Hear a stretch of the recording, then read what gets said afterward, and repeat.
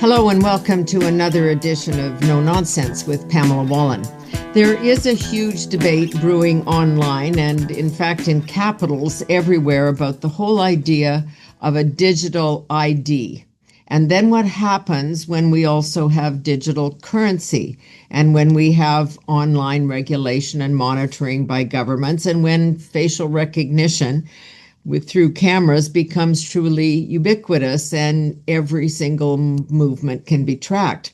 So the question is, of course, is this a convenience for the consumer and the citizen or signs of a surveillance society where everything from your carbon footprint to your bank accounts can be monitored? It seems much less of a conspiracy theory these days and a little bit more reality. The British government has just announced a mandatory digital ID. Our Prime Minister Carney, was there for discussions about this. Australia has done the same. Switzerland has done the same. And the EU, the European Union, is talking about enforcing a democracy shield. That too is a little bit ill-defined. So government surveillance is one thing, but it also exposes those of us who put our lives online to real vulnerability, being hacked by a single click. And here in Canada, the critics are worried about how all of that fits in with 4 or 5 pieces of new legislation that allow the government to track your activity, to breach personal privacy, and even jail you for hate crimes when we're not sure what all of that means. So a whole lot of things on the table today, but we're going to a guy who can play three-dimensional chess to get some answers here. Dr. Michael Geist, law professor at the University of Ottawa. He holds the Canada Research Chair in Internet and E-commerce Law. He's a member of the Center for Law, Technology and Society. So, Michael, bear with me through all of this, but what provoked me really was Google, again, agreeing along with Zuckerberg and others that they engaged in systematic censorship at the behest of the government about a series of issues. And then you see all these moves to digital ID. Where do you come down on that issue? Well, I think you've identified several issues Yes. within your intro and even within that question. I would say that I'm not going to say that I come down in the mushy middle, but I come down with a perspective that there are real benefits to some of the technologies and certainly to some moving towards digital forms of identification, which can be more secure and can offer conveniences. And similarly, I think there is a role for platforms to play a greater level of responsibility for some of the things that happens on their platforms. That said, there are risks. And, if we're not cognizant of the risks, whether you're talking about digital ID and some of the privacy risks associated with that, or not paying enough attention, frankly, to sometimes even the mandated use of certain technologies on platforms and some of the things that we ask platforms to do, then that in turn raises concerns and the prospect that some of the solutions may themselves create a whole series of new problems. Yeah, I mean, AI is supposed to be this wonderful thing, but I had not because I'm very good at it, but I asked a friend to do this yesterday. So he went on to Anthropic, an AI site, and asked for its thoughts on the UK push for a mandatory digital ID. And it was really interesting because even they came up with this kind of thing, that the core tensions between convenience and security and liberty and, privacy, I guess, to put it that way. Arguments for reduces fraud, identity theft, streamlines government services, can enhance security. They might even be able to protect privacy, but the arguments against, single point of failure, as you say, enables unprecedented surveillance capability, function creep risk. It starts to just be a digital ID at the beginning, but then it goes. And, a shift from prove who you are when needed to being tracked always. It was a pretty sophisticated answer. Well, I mean, that's in part because I think some of these AI systems have become better and better in terms of some of what they provide. But it's also, quite frankly, reflects the reality that the large language models that are used essentially to teach so-called the AI systems are reflecting what people are saying, right? So AI systems themselves are using much of the debate around some of these issues to ultimately try to identify through generative AI answers that will often reflect that kind of the tensions that you're highlighting, that there are benefits and there are risks as well. And so, in a sense, when you enter into some of these debates around the adoption of new technologies, either legislatively or otherwise, you have to go in with your eyes wide open. You have to recognize that there are real benefits. I find at times there can be a tendency to almost skew in the opposite direction, to say that there's all these harms and, we ought not to be using these technologies. You see that sometimes with AI, where, the current AI minister, Evan Solomon's, talked about over-indexing in the past on AI regulation, where the fears of some of the harms may have created barriers or impeded some of the adoption where there are real benefits, whether that's in health or in education or in different kinds of commercial activities. So, I don't think we can't close our eyes to the risks, but nor can we take a position that this is also risky, that we ought not to venture into some of these technologies either. Yeah, I guess it's the whole slippery slope argument. I mean, we know every time we go and buy something online that the company is tracking our wants and needs, because miraculously 3 seconds later, we get an ad for a similar product. Or if I just go on Google to check, a topic, then pretty soon I start to get those ads. So it's kind of one thing if you're being marketed to or marketed at. It's another when governments or third parties really start to keep and store that information.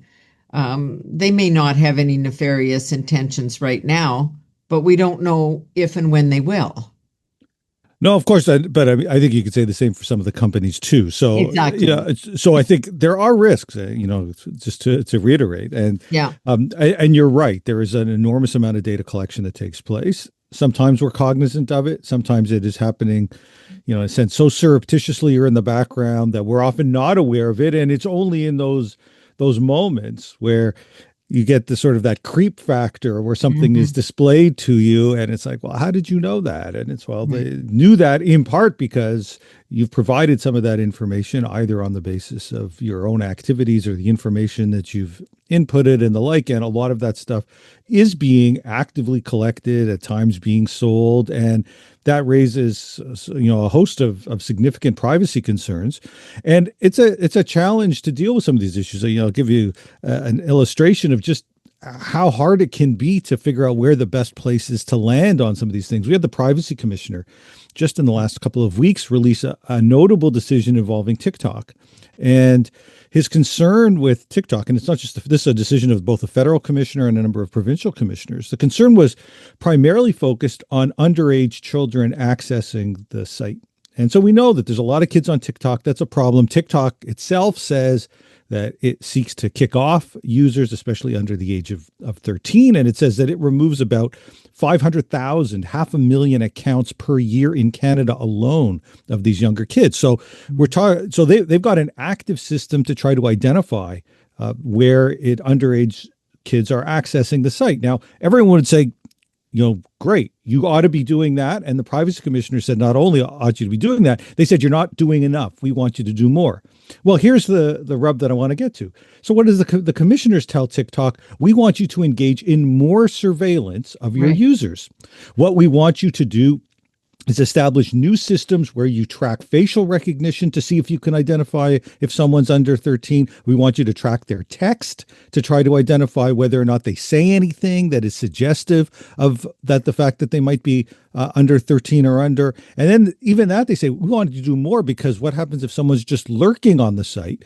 And we want you to now to sort of track some of their general activities and use a whole series of data points to make a best guess as to whether someone's underage. Well, I'm all for ensuring that kids are safe online and ensuring that they are not on some of these platforms, but mandating that they engage in far more surveillance of their own platform and of their users, feels a little bit like we're trading privacy for greater surveillance. Well, and we do some of these things to circumvent the obvious, right? Because you can't ask a parent to identify their child and say, I have a child that's 8 and a child that's 10, and you have the ability to go in there and surveil them. So they have to find all these other mechanisms to try and figure out if the kid is underage. And in the process, as you say, even the privacy commissioner is saying, go for it. Go and collect all this data that, we can use for whatever purpose later when we figure it out. That's scary. Yeah, no, it's not even just the collecting, it's the actual use of it and Right. engaging in that kind of Right. surveillance. In fact, TikTok, one of the ways they say that they do remove kids 13 and under is from parent reports. So Yeah. if a parent says, "Hey, my kid's on the platform, they shouldn't be there," TikTok will remove them. But as we work through these issues, these are really thorny problems Yeah. because we do want to ensure that they're not on the platform. We want to ensure people's privacy is protected. So, you started with digital ID. Do we want to provide people with those IDs so that TikTok then has an ID that they can rely upon and require IDs in order to use the service? Well, that raises a whole series of other concerns. Mhm. And so, there are no easy answers. I was personally really a bit concerned about some of the privacy commissioner's conclusions in terms of where they Yeah. want to see TikTok go. But I think we ought to recognize that mandates about using these kinds of technologies for these sorts of purposes, identified harms, and then say let's use these technological tools to try to deal with those harms. At times, can create their own set of harms along the way. Yeah, because a lot of the things I'm reading about the concerns and fears about this too come from the notion of debanking, which we saw here, in which governments used access to data to see who was sending a check to the truckers or to some other cause that they didn't like. And then they were being shut down. They were having accounts frozen. Like when you start to combine all those technologies, it does get a bit worrisome. Well, that's of course where you need a strong charter of rights. You need judges to establish some of the guardrails around some of those issues so that privacy is appropriately protected, and at the same time, where there are real risks, if you're talking about trying to track transactions, if we're dealing with terror networks, Right. we want to ensure that we do have access to that information. So, that none of these are really all or nothing, and it comes down to, okay, how do you implement the some of these kinds of proposed legislative or regulatory, even technological solutions in ways that still protect people's privacy, protect their rights of expression, and ensure that there's appropriate oversight along the way, so that if there are instances of overstepping, we can identify them and take course corrections. Just back to TikTok for 1 second, because now that Donald Trump has said there's an American buyer for this, as opposed to just shutting it all down, the promises made there by the purchasers are, we are going to, China gets to keep its algorithm, but we're going to take the algorithm and retrain it. And so that it's more appropriate for North American use and all of our issues and concerns we've just been discussing. Is that going to work? Is that enough? Well, I certainly think that some of the issues that TikTok presents are frankly garden variety in the sense that they apply to all social media companies. And so Right, there's been a right. tendency to target TikTok, but some of the privacy issues or some of the kind of advertising tracking issues that you identified earlier on, those are endemic to virtually all social media companies. And I don't think it really matters whether it's TikTok or some of the other players. In fact, in that privacy commissioner decision that I noted, the truth of the matter is they didn't find all that much for a 2-year investigation from a privacy perspective. They said you could do a better job communicating some of your privacy practices, but you could probably say that about just about any organization. And so, in fact, they were, they did not find as much as you might think when it comes to some of those issues. I think what's interesting from a Canadian perspective, though, when we start thinking about the future of TikTok, is how the government, I think, finds itself a bit lost on this issue. They Hmm. took a decision about a year ago where they said they were going to kick the company out of Canada, but that the app would be allowed to remain. And that decision seemed largely premised, on the background on the notion that the US was about to ban the app. And so that Canada could ride on the coattails, in effect, of the US approach of banning the app, and we would take the step of banning the company, and the issue would be solved. Well, now the app's not being banned at all. It's not clear that we even get the benefits of this new app that will be developed, in effect, that will be US based. It's not clear what kind of app we get. Yeah. And we are still apparently kicking the company out, which means lost support for very cultural initiatives, and certainly lost employment and the like. So it feels as if we've got a little bit the worst of all worlds when it comes to TikTok. We've got potentially the app that raised some concerns, and we've lost the ability to benefit from the company having a presence in Canada, and perhaps limited some of our ability to enforce some of those rules against the company if they don't have that physical presence. I'm just asking you a bunch of questions here because we haven't talked for a while. So I want to get your thoughts on the record. But we watched the Prime Minister lift the digital services, the threat of the digital services tax as part of the ongoing dealings with the U.S. What's the upside, the downside of that?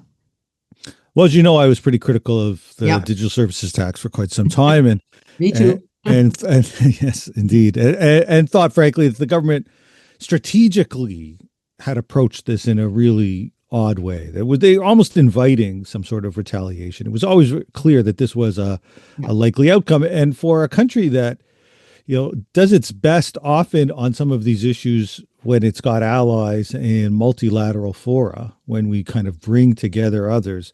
The fact that we were willing to say, well, we know there's an international deal at the OECD, but we're kind of skeptical it's going to come about. So we're just going to march ahead, made us pretty vulnerable on this issue. And so, I thought that, that we played a bit of a game of chicken, it seemed like, and lost. And, and of course, it was always clear, at the beginning of this year, that this was going to be sort of the very first of the digital policies that was going to elicit some sort of response from the United States, simply because it was the one that was going to take effect the soonest, where there was literally billions of dollars that were coming due, effective in July. And so the fact that the U.S. responded almost immediately after Canada said, yeah, we're still going ahead with this and we expect payment, shouldn't have come as a big surprise. It seems to me it's entirely possible that that Prime Minister Carney may have been quite happy to have the excuse to get rid of this. He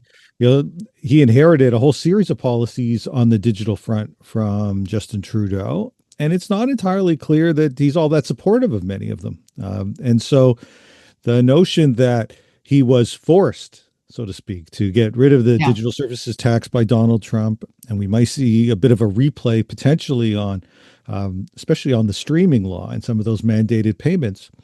I don't know that he's ever sort of come forward as a robust defender of some of those digital policies, and it may well be that this is a convenient way out. Silent on them, actually. Yeah, I think that's true.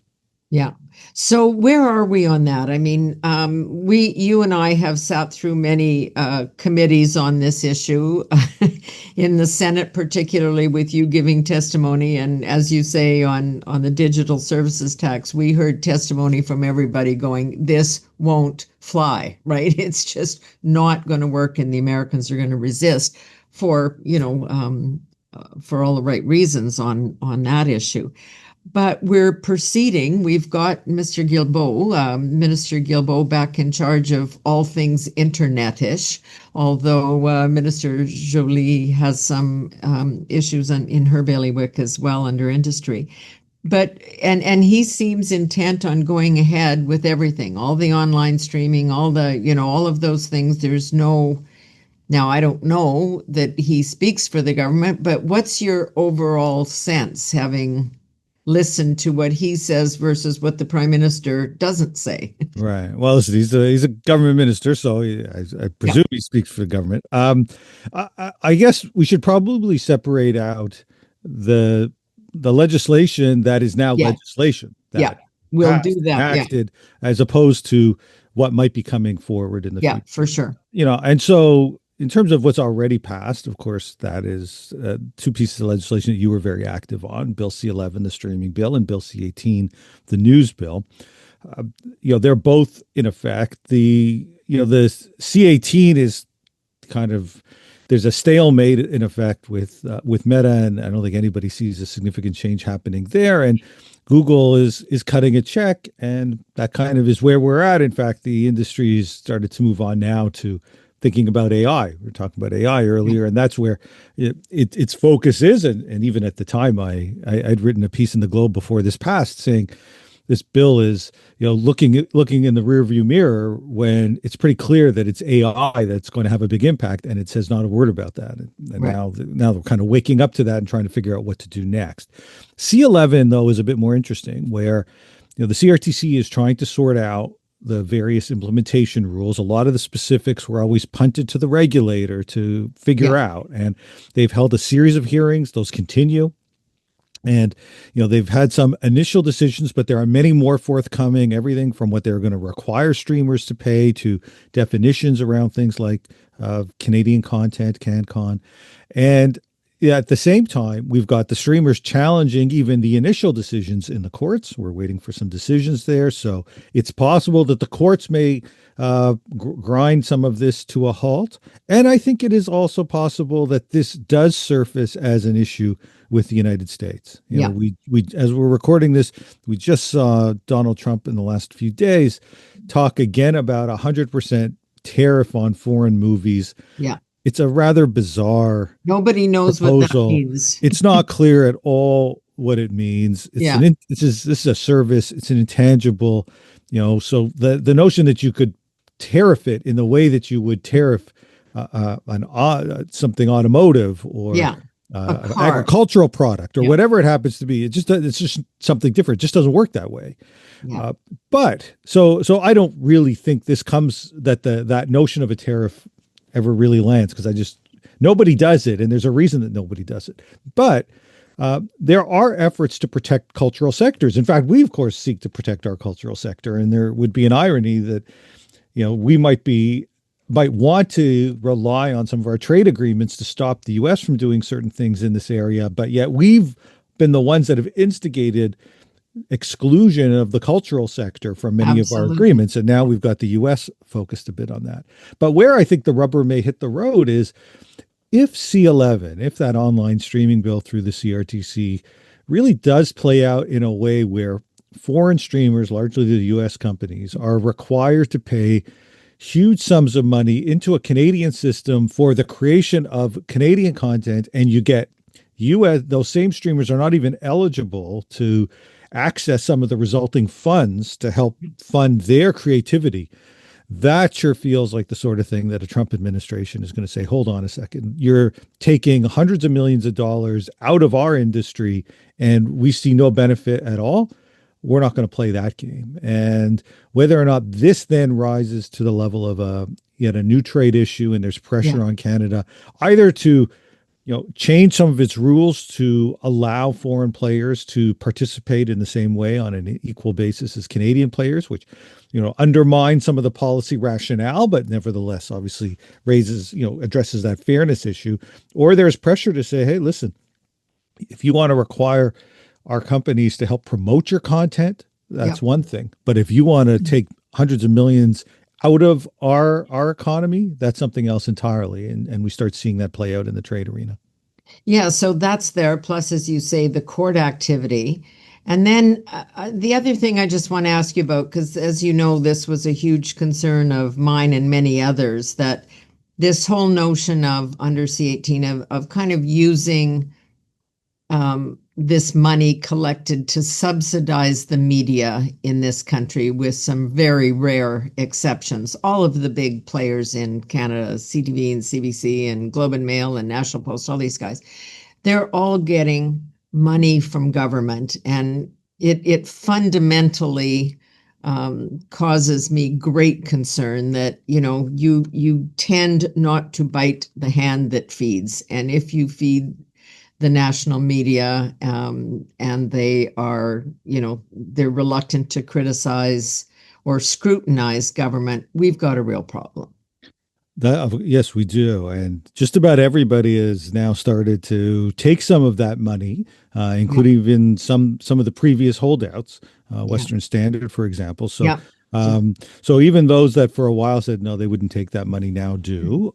It reflects a reality that if there is that money on the table, the ability to compete effectively with your competitors in a given media market, it's almost impossible if you've got someone else that's taking has this additional source of revenue, and you could have it, but you choose not to take it. So I understand why we see many of the companies taking it, but I do think it has an impact on the independence of Canadian media, both in perception and potentially in reality. Yeah. You just articulated the perception side, this perspective that, anytime you see certain coverage, there are going to be some that say, well, you're pulling your punches or you're limiting some of what you're doing. Note that, there's a chunk of this is a lot of the resources are headed for what conventionally we would say print media. Mhm. Some of the support does not go to conventional broadcasters, but there is going to be some of those kinds of concerns, and you get some of the same things at times play out with respect to the CBC public broadcaster as well. Now, whether or not that's actually happening or not, I don't think personally, I don't think it happens, on an individual journalist basis. Like I don't think a random journalist gets up that day and says, you know what, I'm not going to say something because my The company government pays my has salary. some support. But at an editorial level, in terms of some of the things that are included from an opinion perspective, some of the people that may be contacted for quotation and the like, there, I think it unquestionably has an impact. I mean, I Yeah. think that, there is a tendency, even if it's to pull punches just on this issue, that highlights that there is an issue there. And on that, there is, I think, unquestionably a deep reluctance amongst the beneficiaries of this policy to criticize this policy. And in fact, if anything, there is a lot of space given and a lot of room given to highlighting the ongoing challenges and the desire for more. Yeah, this is exactly, and I put it in this larger context at the beginning of, we've now had these, albeit stateside, but these kind of admissions that they were asked by government to censor, and they did. The big companies, the Googles and the Zuckerberg's, the Meta, all of this stuff. It troubles me because sometimes it's that obvious, but you don't know it at the time. And sometimes, to your point, it's more subtle. It's just in what you choose to cover in general, what your how your opinion side balances your fact side, if there is any of that. Let's turn our attention to some of the bills. We talked about this a couple of months ago because we had two or three bills put on the table, and they're back on and still there in this case under the new prime minister and the new government. But the bills that and we have this problem on everything. Everything has become an omnibus bill. So you start out to do a bill on border security, or you start out to do a bill on, major Canadian projects, but tucked down in section 5 is something totally different. Something about, we had a bill where we had kind of exempting political parties from privacy concerns because they could go out and collect data, knock on doors, ask me any question they want, and then they've got all that data. What are they doing with it? Who are they selling it to? What are they using it for? But there's a whole lot of those things. So where do you want to start? Bill C2, should we do it in numerical order Sure, we here? could do that if you like. And because I know that's one that concerns you. This is something called warrantless access. So why don't you just give us your take on that? Sure. So that bill C2, is the border measures bill, or at least that's Yeah. how it was framed and promoted by the government. And there are elements in there that I think many people might support in terms of some of the border related issues. But buried at the very end of the bill in parts 14 and 15 Yeah. are what is often referred to as lawful access, the rules under which law enforcement can gain access to customer or subscriber information. Now, I should note that in prior iterations of this kind of legislation, because this goes back decades now, Yeah. This was focused exclusively on information held by communications companies. Initially, phone companies, and then internet companies. Basically, the focus was under what circumstances and what information about a subscriber can be provided to law enforcement. Can it be the name and address? Can it be their IP address, their location online? Can it be some of the other information associated? Or can we see who they phoned and who they emailed? On other kinds of, other sorts of information. A lot of it's about the individual. Oftentimes there would at least be a warrant required for the actual content or activity. But there was still this notion that law enforcement often was seeking what they described as basic subscriber information. And they would say that that's like information you would find in the phone book. Yet the reality was that a lot of the information there's no phone book that would have IP addresses or what device you use or individual locators and things like that. So that was the focal point. The Supreme Court of Canada, in a number of decisions, have said, well, Canadians have a reasonable expectation of privacy, even in this kind of basic subscriber information in IP addresses. You can't just hand it over without any oversight. Now, most of us, or many of us, thought that was really the end of the story, right? And there is a system in place where law enforcement, where they want this information, can go to telecom companies or internet companies and get this information with a warrant. And they get this over hundreds of thousands of accounts every year. So the system works as far as I can tell. Yet law enforcement has long wanted to be able to access this information without court oversight. And what C2 does is two things that I think are quite remarkable. First, it in fact creates a new information demand power where there is certain information that they can go to a service provider and demand that they disclose without court oversight, no warrant required. And they would say, well, listen, this is just kind of basic name type information, right. But it's more than that. It's, have you provided a service? When did you provide the service? Where did you provide the service? So it's not the details of who you spoke to, but right. It does involve questions about when, where, which other services do you know of that they used? And so that goes well beyond just basic name. It goes to a whole series of things. Now, that alone, I think, makes this suspect in terms of challenging it from a privacy perspective at the Supreme Court. But there's another element here that a lot of people haven't paid enough attention to, and that is that they've decided to extend this not just to telecom and internet companies, but to any service provider or provider of a service in Canada. We are talking about hotels and rental car companies and physicians and lawyers. Literally anyone providing a service is potentially subject to this, where they could be presented with a demand. Tell me if this person, here's this name. Did they stay at your hotel? When did they stay at the hotel or rent the car? Who did they stay with? Yeah. All of this without court oversight. And the argument is that somehow this does not have privacy implications, strikes me as utterly bizarre. And I should note that there is secrecy then associated with it. So the service provider who is faced with this will be prohibited from disclosing the fact that they have faced this request. The party that gets served with this, let's say it's a lawyer that they want to know, is this a client of yours? Which frankly, the lawyer is just not going to disclose. They can't disclose that. But they only have 5 days to go to a court to challenge this. And the onus is on the service provider to do it. Honestly, it's madness. Given where we've been at with the Supreme Court of Canada, and even given decades of policy around lawful access, this approach it comes completely out of left field and really just should not be going forward. Well, just like on a tiny technical point, I mean, if you make this request on Friday afternoon of a long weekend, your 5 days are shot basically by you get back to the office, right? You raise a really important point, and some have noted that in fact it's not even from when it's served; it's from when the law enforcement itself essentially issues it. And so you might even be served a couple days later, but technically the clock will start ticking before you've even seen this.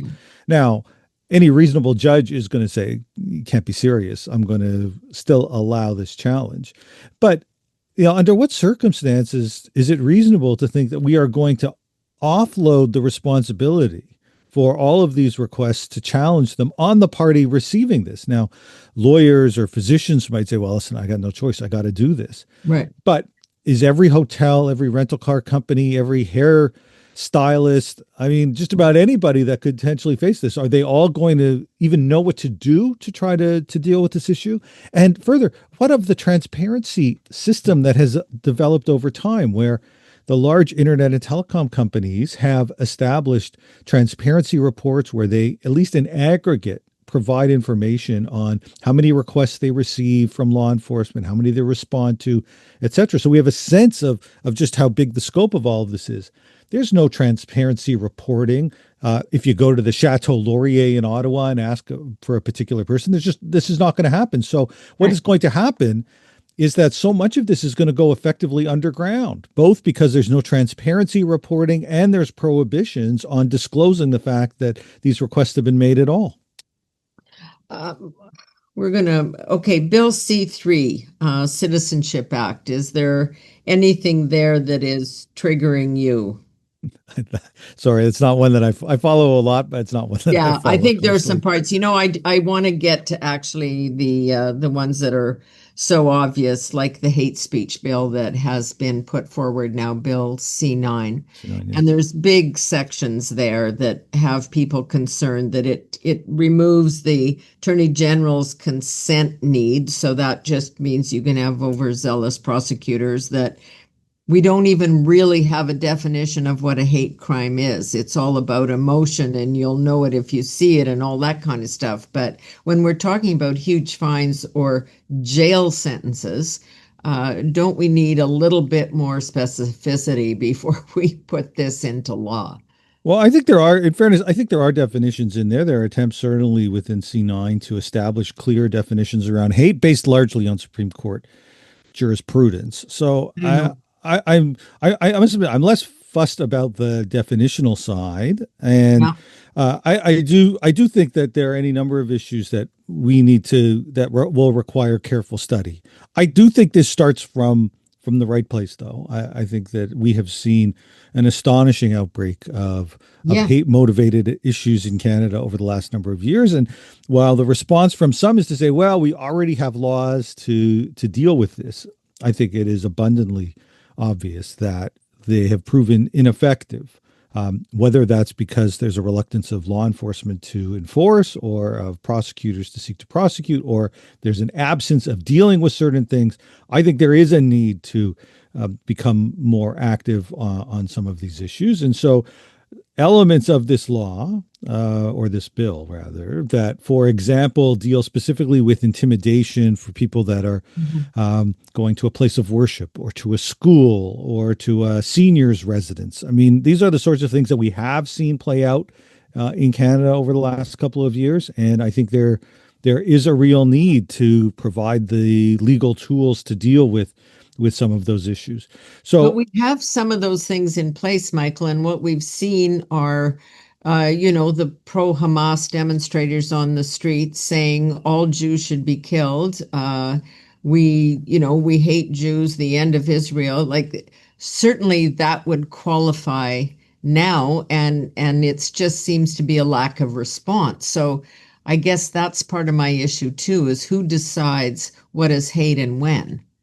yeah, well, listen, there are definitions on some of these hate related issues. The issue, if we're talking specifically about the intimidation side, um, that speaks is attempting, I think, to speak less to trying to define hate and more to focus on the act of intimidating someone who is seeking to enter into, as we say, one of these places, let's say a synagogue or a church or a mosque or whatever the place happens to be. So that provision, for example, speaks specifically to someone who engages in any conduct with intent to provoke a state of fear in order to impede their access to one of these places. So there isn't an issue there of defining hate in that context. It's simply saying it is this act of trying to make someone fearful of going to their place of worship, and that's your intent in trying to do that. That is the harm and what we are trying to, what this legislation seeks to focus on. I think in some ways it may well be designed to work in tandem with what we have seen at some local municipal levels, where they created bubble zone legislation Right. that seek to limit the protesters, how close to the perimeter they get of some of these places. And so I think my understanding is the federal government can't get into that kind of provision, but what it can do is say that, working together with sort of limiting how close you get to one of these places, potentially combined with a provision that says if your purpose here is to create fear such that the person is fearful of being even able to enter their place of worship, that's something that we don't condone and we want to see stopped. I want to just get a final thought from you because this debate has been very pronounced in the US right now in the wake of Charlie Kirk and some other things that happen. But the notion that, and it kind of just speaks to this, that words can be violent and then it justifies a violent response. This is kind of something we have to wrestle with, is saying mean things online, hate speech online. How do we deal with that question of provocation if we just say it's words rather than actions, not protesters preventing you from going here or threatening you when you walk into a building, but just words alone that somehow then justify a response. What's your thought on that? Well, I think words have effect, and words can foment some of the kinds of actions that cause real violence. And so I don't think I don't think what we're saying is you need to counter words with violence, but there are some words that oftentimes seem to be intended to foment or facilitate or promote violence. And and I think that where something crosses the line, in the case, for example, of C9, where there is a willful promotion of hatred, and you can deal with what some of that means, that can have a real impact. I mean, that can be sometimes the spark for some of the harms that we see take place, or it can itself create real harms. And so finding mechanisms to deal with some of those issues, I think, becomes important. Now, they are not easy because, of course, we have strong freedom of expression protections as well. And so people can and do say all kinds of things that we may disagree with, and disagreements are obviously not a basis for steps to try to stop things from happening. But I would say, for example, where you've got platforms that have policies in place designed to create communities, spaces where people feel comfortable engaging, or should feel comfortable engaging with one another, even if they disagree with some of the things that they have to say, it falls to those platforms to enforce some of those rules in ways that at times we don't see that taking place. Now, that's not law enforcement enforcing that. That's the platform saying, we've got community guidelines that that take steps against bullying, let's say, or against some of these forms of hatred. And we are going to enforce those rules. And, if you aren't willing to abide by those rules, well, then you're not going to be part of this platform. And I think, frankly, we ought to be holding these platforms to greater account to enforce some of those rules before it even gets to this notion of whether or not some of this activity may rise to the level of illegality. Do we have an actual forum? I know it in many respects should be Parliament and the political process, but do you have a sense that anybody's really got their arms around this and wrestling some of these complicated issues? Not just some legislative rules that then end up in the courts as people challenge them. I know you are, but where's the thinking about this actually really happening today? Well, I think there's a lot of debate taking place from communities that are directly affected by it in any number of different ways, right? Communities that are directly affected as the potential target, those that engage in expression and argue that they feel that their expressions are being chilled. So we certainly see many of those groups talking about it, and I think we see the platforms at times really struggling with what they see as their responsibility to deal with some of these issues. I don't think there are many platforms. There are some, but I don't think there are many that, would embrace or want to see some of the kind of hate that takes place on these platforms. But, I must admit it. I think that if you are a believer in freedom of expression, you have to recognize that there may be some speech that crosses the line in a way that has a chilling effect on the expression of others.